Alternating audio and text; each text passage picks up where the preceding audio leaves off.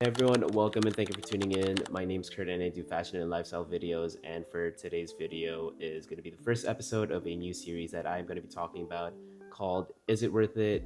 So this series basically covers everything from history, current events, and a deep dive into the fashion brand's iconic pieces and ready-to-wear items. I'm also going to be giving my personal opinion towards the end of the video just to see if I personally think if the brand is something that I will say is worth looking into or buying from. And for our first episode, we are going to be covering the legendary Japanese brand Kapital. Kapital is a Japanese fashion brand that is widely known for its Japanese and Americana inspired garments and footwear that mainly focuses on workwear.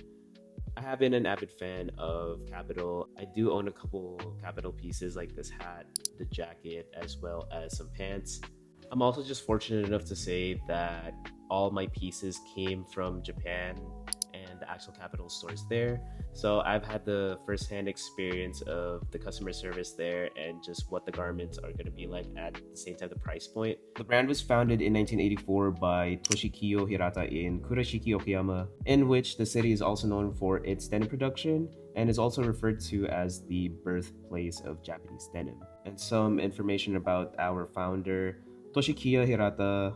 In the early 1980s, he actually went to America to teach karate. And at the time, he also developed his love for American and Western workwear as well as vintage clothing. So when he went back to Japan, he went straight to learning the traditional techniques of Kojima, or the denim capital of Japan, making Japanese denim. His exposure to Kojima techniques and visiting various textile manufacturers in Kurashiki, Okinawa Prefecture led him to establish his own denim manufacturer in 1984, but then he later founded Kapital in 1985. So he opened up his own denim manufacturer first, then a year later he opened Kapital. So you can already tell that the price point is going to be as low as it can be because Kapital do own their own manufacturer from the start.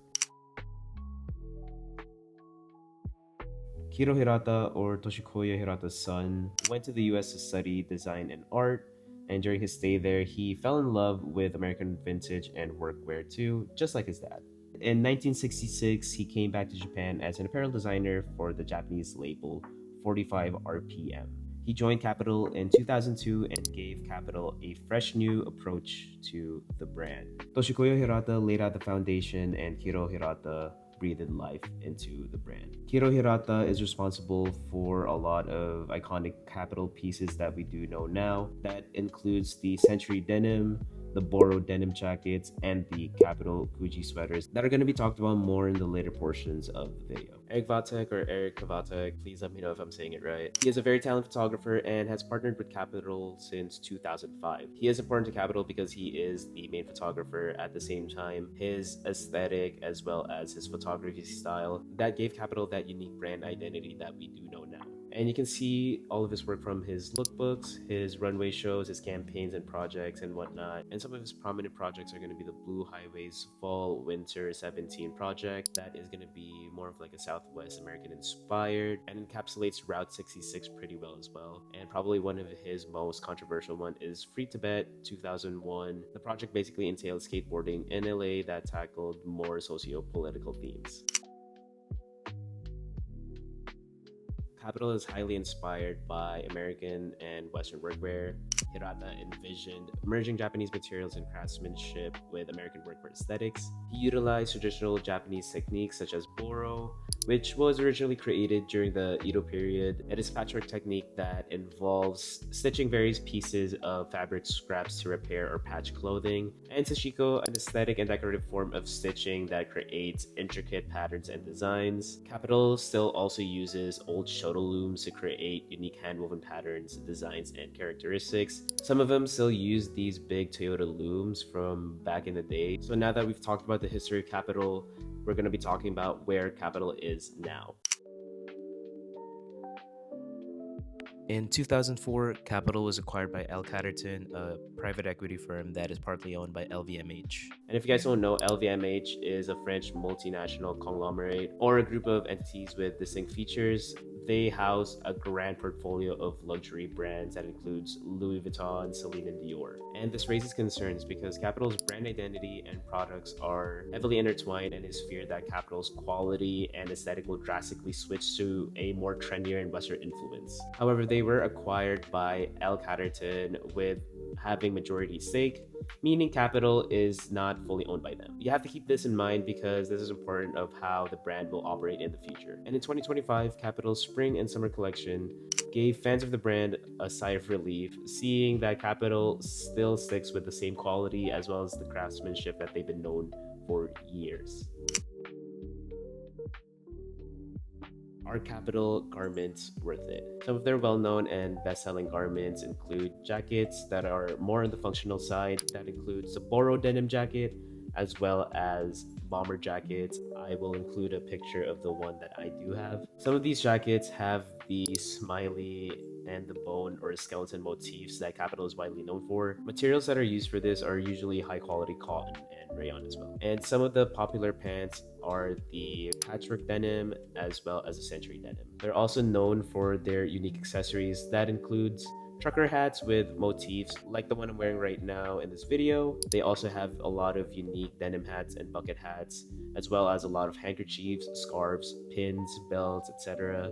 You name it. Materials used are usually high quality cotton as well as polyester for the garments. Some of iconic motifs that Kapital is known for are going to be the Beethoven collection, their Smiley collection, as well as the Bones or the Skeleton collection. Those are usually the most trending and the most widely sought after pieces from Kapital. You can usually find those motifs on sweaters, tees, bags, and some of the accessories as well. And talking about price point, like I mentioned from the start, Kapital did start off as a denim manufacturer, so they have a lot of manufacturers that are scattered across Japan, meaning price point that they have are going to be lower than their competition. So you would always expect Japan pricing to be way more reasonable than Western or aftermarket pricing. Obviously, because of the aftermarket pricing and Western pricing, it's going to be significantly higher, maybe double or triple the price because of international fees, taxes, and whatnot. I'm lucky enough to say that all of my Kapital pieces, even though it's not a lot, they came from Japan. So I didn't pay an absorbent amount of money, just like this hat that I got for around $55 in Japan, and it's going for $160 here back in the States. And for a final verdict right here, do I think Kapital is worth it? My answer to that is yes, it is worth it. I say this in a very subjective manner that focuses on quality of the garments. Just backtracking to L. Catterton and LVMH's acquisition of Kapital's majority stake, I personally think that Kapital's brand identity will stay the same, since L. Catterton and LVMH both know that Kapital's brand identity is crucial and it's heavily intertwined with its products and techniques.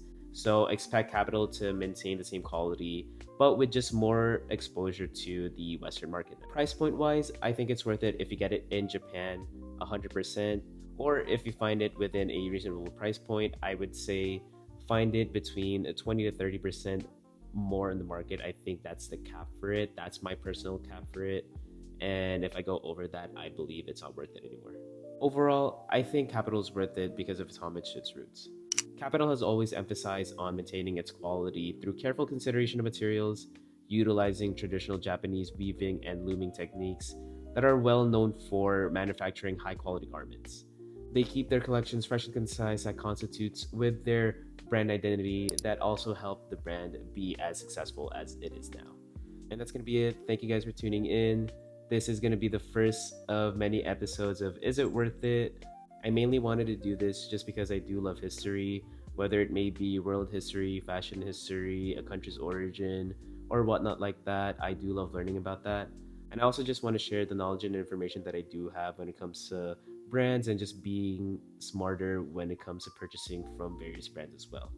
So I hope you guys like this video. If you guys have any comments, questions, or opinions, leave it down in the comments. I just do want to start more discussions as well. And just let me know if you guys do want me to do specific brands as well. I do have a lineup of a couple brands that I'm going to be working on with this series. But for the most part, if you guys are interested in me covering a specific brand that you guys do want, please leave it down in the comments. But other than that, like I say in all of my videos, thank you guys for tuning in.